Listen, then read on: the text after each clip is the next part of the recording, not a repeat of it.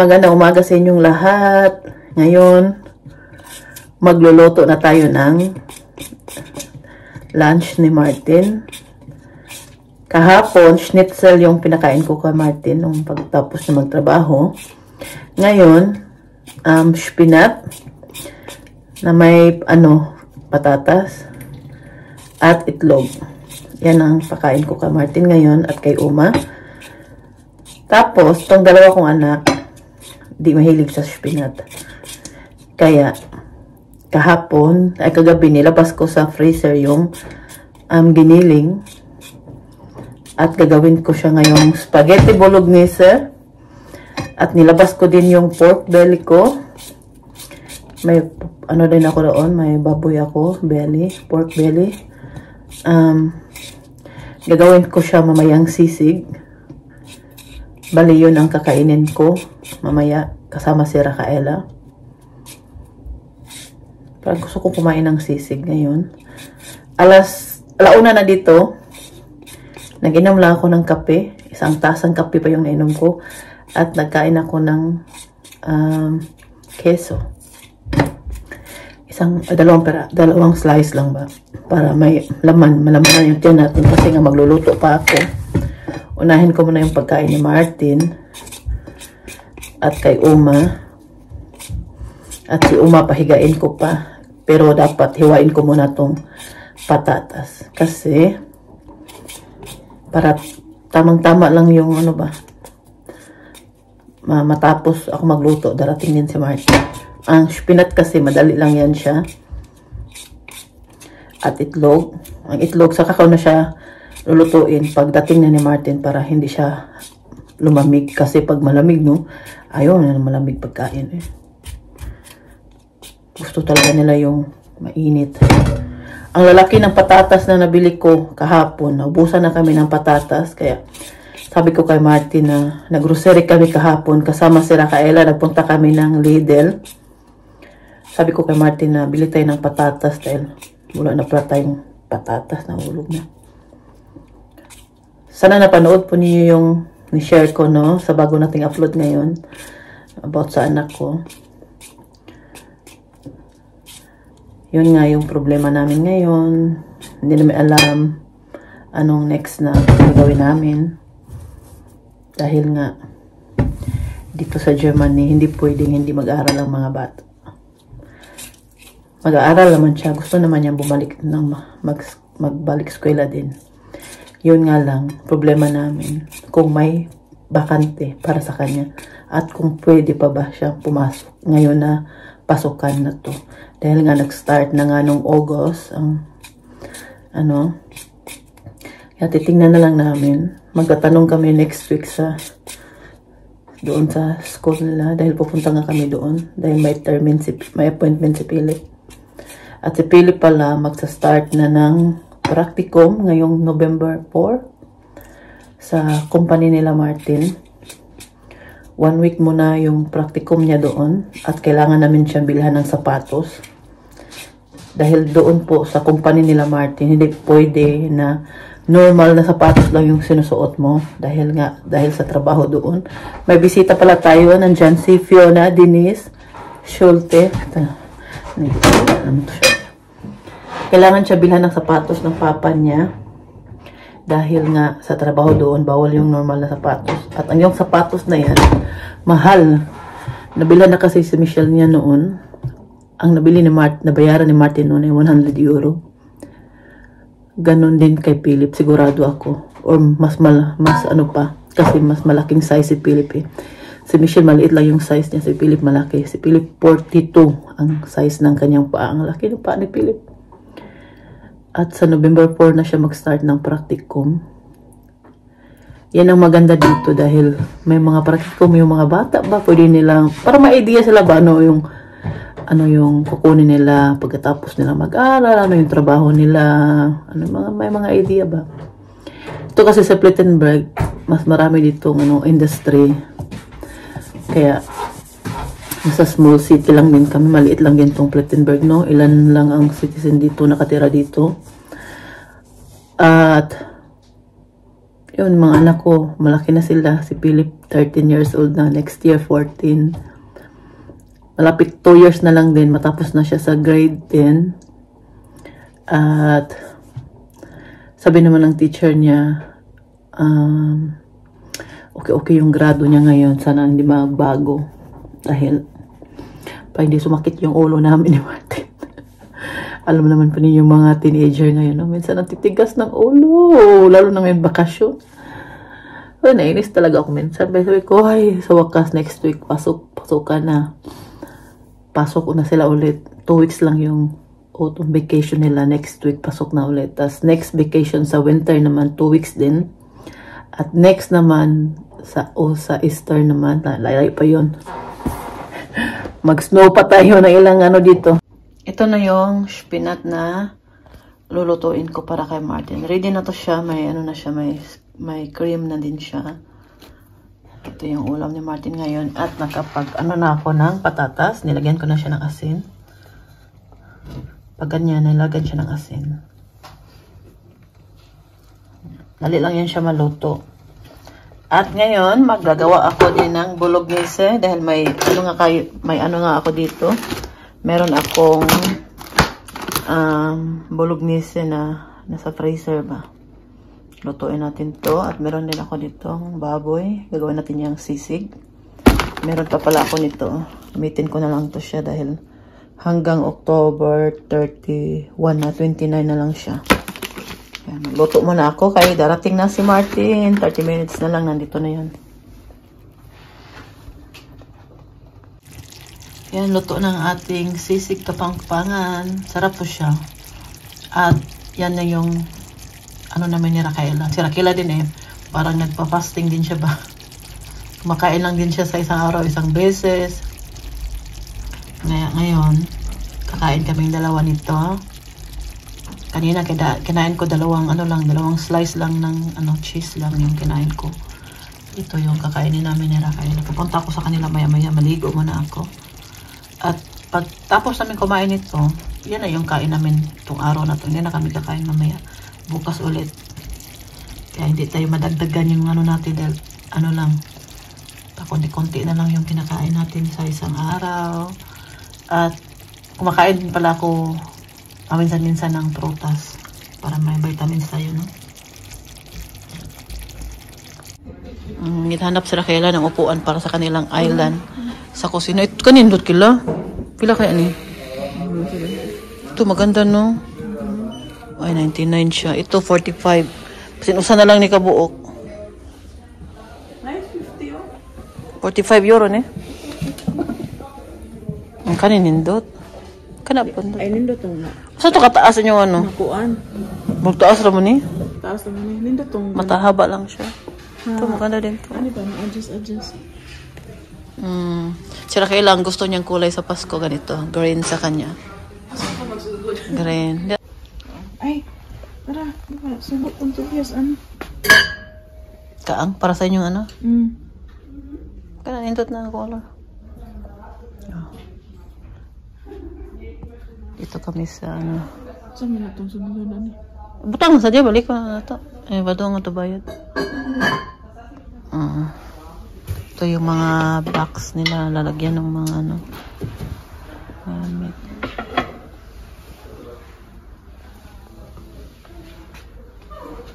Gusto kong bumili ng bagong plato para sa Christmas, no? Kasi color cream niya yung mga decoration. Mahal naman, 5 euro. Magtingin lang ako bukas sa IKEA. Punta kami na IKEA bukas. Tingnan, 5 euro. Ang ganda ng mga ano nila,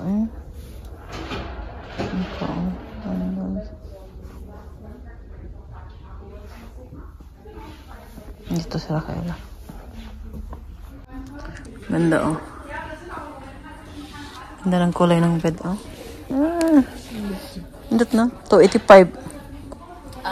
Kaning bed. Ang bed ra.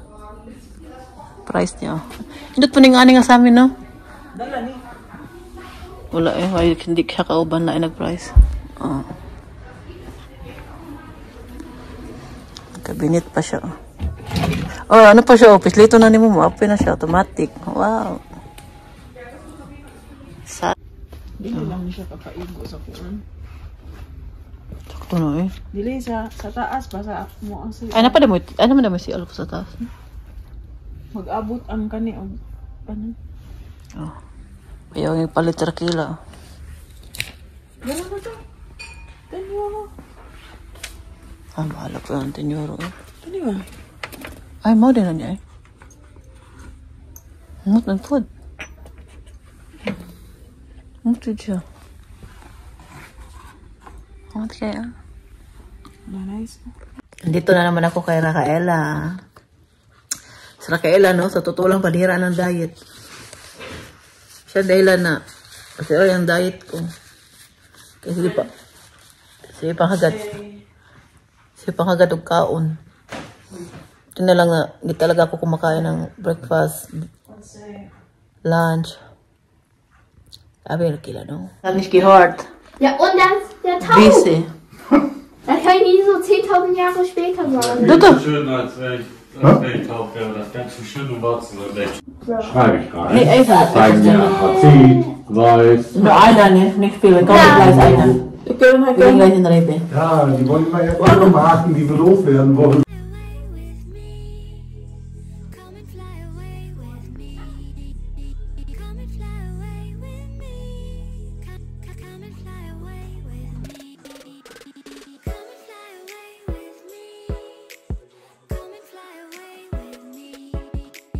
Yaw na tagari uli ako. Parkisa nga na adlaw.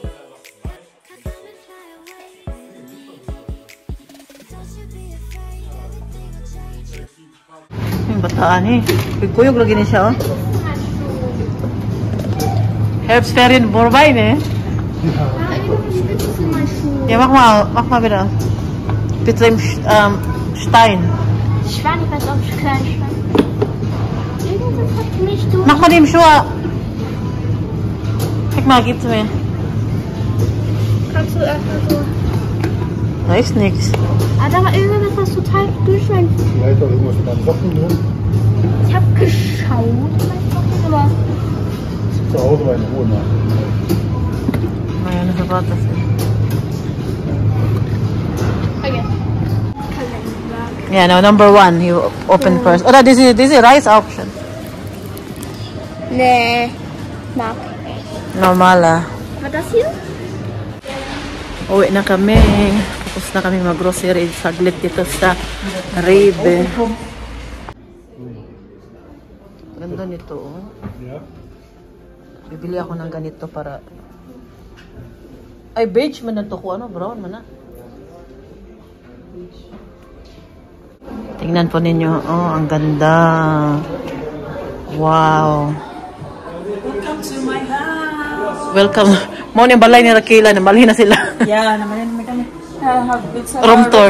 Room tour. Loy, kanindot si mong balay Rakila. Yo, mag-ingat ka. Baka maano mo yung mahal yan. Loy, kanindot kila no? Shots, kokmal. Kanindot ano na ano eh. Shon to biasa dah? Shon udah? Gansin si ma?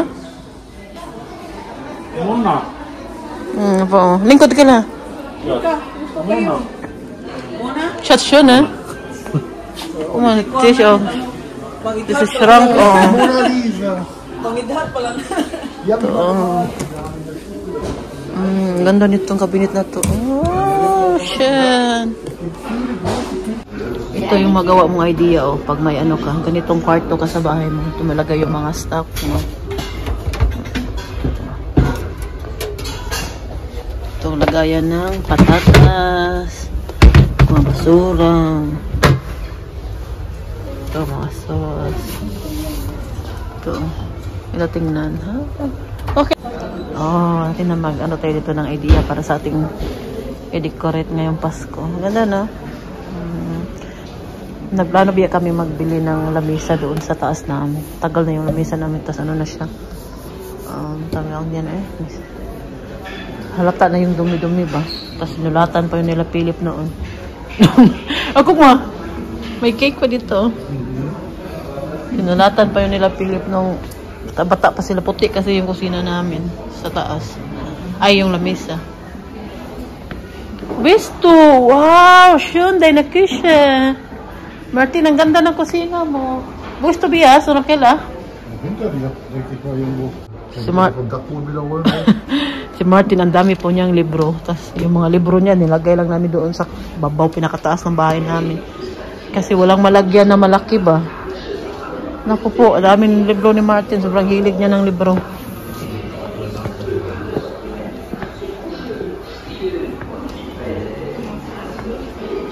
Nung nirunobit namin yung taas namin, halos lahat ng furniture namin sa IKEA namin binili. Meron kaming ganitong cabinet sa kitchen namin sa taas pero kulay white lang siya. Ito ay bago nila. Oh, nakalagay din dito. New. Oh, diba?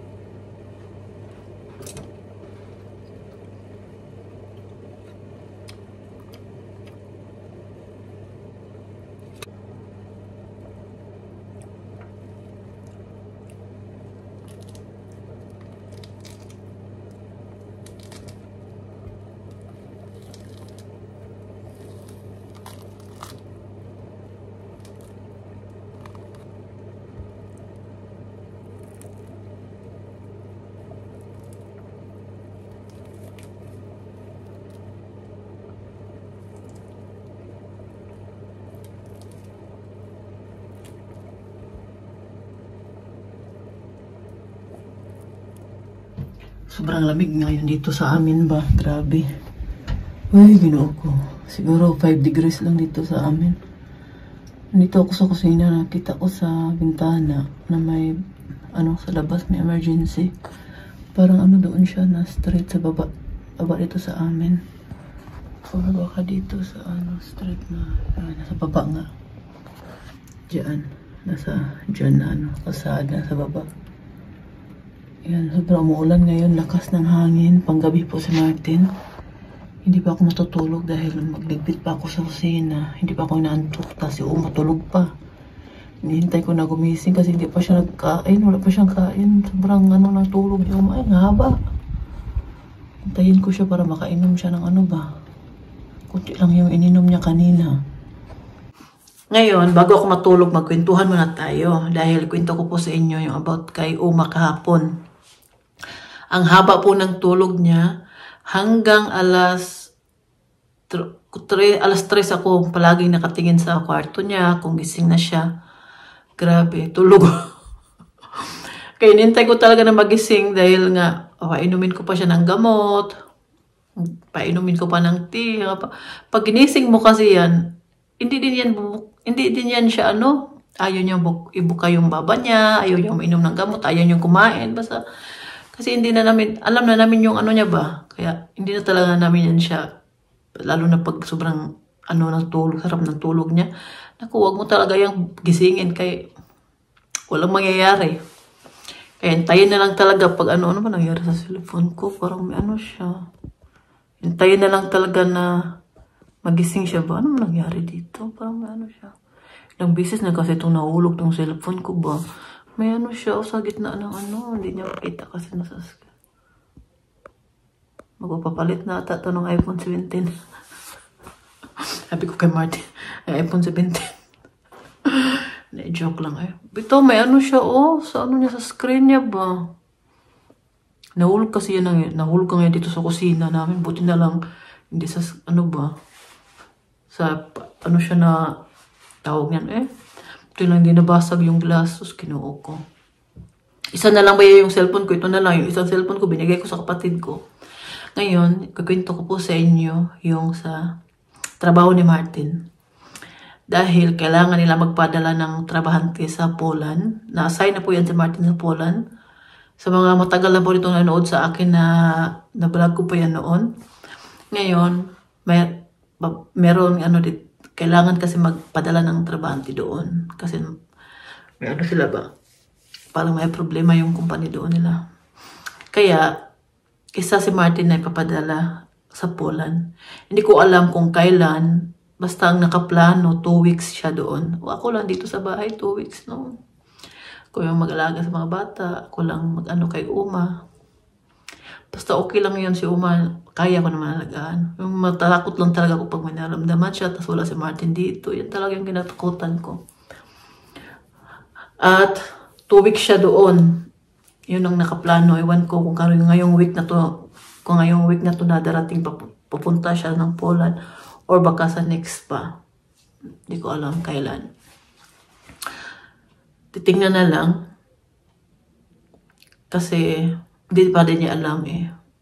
Ngayong week pa daw malalaman. Tapos sabi ko kay Martin, sana na si Uma ba, okay lang siya. Kasi pag maratol ba ako, no? Pag ako lang dito sa bahay. Takot ako ba? Ngayon, si Uma, papainumin ko muna siya ng gamot bago ako mag-akit sa taas. Matulog. Hindi pa man din ako inantok. Alas 11:30 na. Kita niyo, 11:30 na. Hindi pa ako inantok. Maya na ako matulog. Magligpit-ligpit muna ako sa kusina kasi nagluto ko kanina. At yun ang namin ngayon. Pagpunta niya ng Poland, kailangan kompleto yung gamot niyo dito. Kasi yung punta doon sa doktor, no? Wala akong sasakyan. Pwede naman mag-bus papunta doon. Pero sabi ni Martin, bago siya punta ng Poland, kukunin niya lahat ng gamot niyo para may reserva talaga. Tapos yung mga anak namin, hindi ko naman yan sila inahatid na sa tuwing umaga dahil yung kapitbahay namin, yung katabi namin dito na Turkey, no? Yung anak kasi niya, grade 1 na. Tapos schoolmate ni Fiona. Sabi niya, tuwing umaga, hatid ko mo naman si Fiona. Sakay na, yung anak niya, sakay na lang si Fiona sa akin. Pwede din sumakay si Philip. Kaya, simula nung summer, or lang weeks na, nung bagong pasukan lang, sumasakay na po yung mga anak namin sa kanila. Kaya hindi na kailangan ihatid ni Martin sa umaga or ihatid ko. Meron na silang masakyan. Kaya pasalamat namin sa kapitbahay. Sila talaga yung nalapitan nila kami, nakita nila kami, nasa labas kami, nilapitan nila kami. Ako na lang maghatid kasi doon din naman ng anak niya. Pares lang din naman daw. Kaya tapos yung hinatid pa niya si Philip. Lang niya doon sa eskwelahan. Kasi si Philip ba yung eskwelahan niya, pero madaanan lang. Kaya sabi niya na, sakay na lang din daw niya sa Philip. Wala daw problema. Ang bait ng kapitbahay namin Turkey ba. Tapos katabi namin. Salamat ako sa kanila dahil kung nasa Poland man si Martin, hindi na ako problema hatid si Fiona. Si Fiona lang talaga yung hinatid ko. Si Philip hindi naman hinatid na. Di katulad yung nung naoperahan si Martin sa tuhod, no? Hinahatid ko sila tuwing umaga. Tapos nag-grocery pa ako noon. Kami lang dito sa bahay noon. Naoperahan si Martin sa tuhod, 1 week siya sa hospital. Tapos after sa hospital, diretso na sa rehab. 3 weeks siya doon. Ako lang talaga lahat ito. Tapos nung paglabas niya, ako pa rin lahat. Kasi bawal pang masakit pa yung operasyon niya. Ganyan yung operahan siya nung nilagyan ng bakal yung tuhod niya ba. Ako lang talaga lahat nakayanan ko. Sobrang stress ko noon. Pero nakayanan din naman. Nakaraos din naman.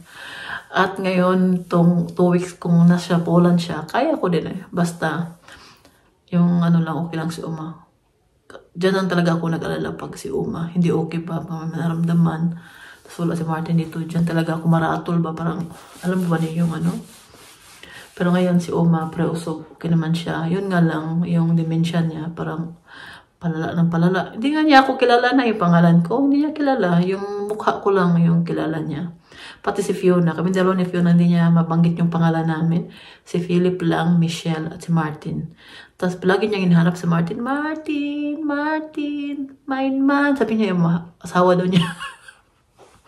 Sabi ko magkamukha kasi si Martin ng papa niya. Parang itsura din ng papa ni Martin. Si Martin kasi, yun yung papa ni Martin. Oh. Yung picture ng papa niya. Kaya yun po yung kwentuhan natin ngayon. Wala masyadong ganap. Hindi na ako nag-video kanina nung nagluto ako. Nagluto po ako ng Korean bulgogi. Korean bulgogi. Huwag ko tama yung pagsabi. Basta Korean siya, sarap. Nasarapan si Martin sa aking luto kanina. Tapos siya kumain din. Yung mga anak ko, nilutuan ko din sila ng crispy fry. Yung manok na ginamit, yung crispy fry ba na pang ano. Yan yung ano. Nabigla ako ba, may tumawag ng alas 11 dito sa gabi sa amin. Dito ang telepono. Kaya pinutol ko na lang yung unang video ko. Hinulit ko na lang. Nabigla, akala ko po, sino ba? Ganito kasi oras, hindi kasi normal na may manawag ng ganitong oras ito. Eh, pag magtawag ka ganitong oras, may mga ganyang oras, mga emergency yan. Diba? Yung kapitbahay kong Pilipina, tumawag ng alas 11 ng gabi na. Sabi ko, akala ko, sino? Tulog yung mga tao dito. Takbo ko na ko sa taas kasi yung telepono ba, may telepono din kasi sa kwarto ni Fiona, kasi nandoon yung computer ko sa kwarto ni Fiona. Doon kasi nakalagay, living room kasi namin yan noon. Tapos ginawa na ng kwarto ni Fiona. Nandoon yung computer ko, nandoon din yung isang telepono. Nung pag-ring, lakas, bakit talaga ako sa taas? Madali ako, takbo talaga ako. Kala ko sino nawag ba, kaya wala ba si Martin dito, night shift. Kinabahan ako nung pagsagot ko, kinuha ko. Sabi ko, grabe ka naman, Tio. Alas 11 na ng gabi. Kala ko sino magtawag kasi kanyan. Hindi po talaga yan normal na may magtawag sa amin ng alas 11 ng gabi. Sa totoo lang. Kung may magtawag man dito sa amin mga kakilala namin, no, mga alas 8, pinakalit, alas 9. Pero yung alas 11, hindi na yan normal. Parang may emergency na yan siya kung simba ko lang. Kung may magtawag, emergency yung ganyang oras. Siguro, kasi wala naman talagang tumatawag sa amin, no? Kasi yung mga cellphone na tawagan. Yung magtawag lang dito sa amin, no? Yung sa company ng bed ni Oma, yung sa kanyang, yung mga sa mga ano ba, sa insurance namin, sa school nila, mga ganyan lang. Pero yung mga family talaga, wala. Ano lang, dito na contact lahat cellphone, no? Alam mo na yung WhatsApp, yan yung contact lahat. Kaya minsan sabi ko, Martin, man natin kailangan ng telepono, may cellphone bitaw tayo. Hindi naman talaga kailangan na connect ng telephone, lalo na pag kailangan mo cellphone. Napahaba na itong usapan natin, no? I-update ko na lang po kayo sa next pala yung about sa anak kong dalaga. Sa next na lang na video natin, i-update yung sa kanya. At ako po ay mag-asikaso muna kay Oma at papasalamat po ako sa inyong walang sawang suporta sa akin. Na nandyan pa rin kayo, sa palaging nagko-comment, sa mga hindi nagko-comment pero nanood sa akin. Maraming salamat po sa inyong lahat. Hindi nyo po alam kung paano nyo po ako pinasaya dahil sa support po ninyo, nandyan pa rin kayo. Kahit hindi man tayo, nadagdagan mo yung mga subscribers ko, no? Pero hindi talaga marami. Pero okay lang, kaya hindi natin mapilit yung mga tao kung ayaw sa atin. Ito ay joke lang. Okay, na po natin dahil mahaba na talaga to. Maraming salamat po sa inyong walang sawang suporta sa akin. Mag-iingat po kayo palagi. Bye-bye. Ciao.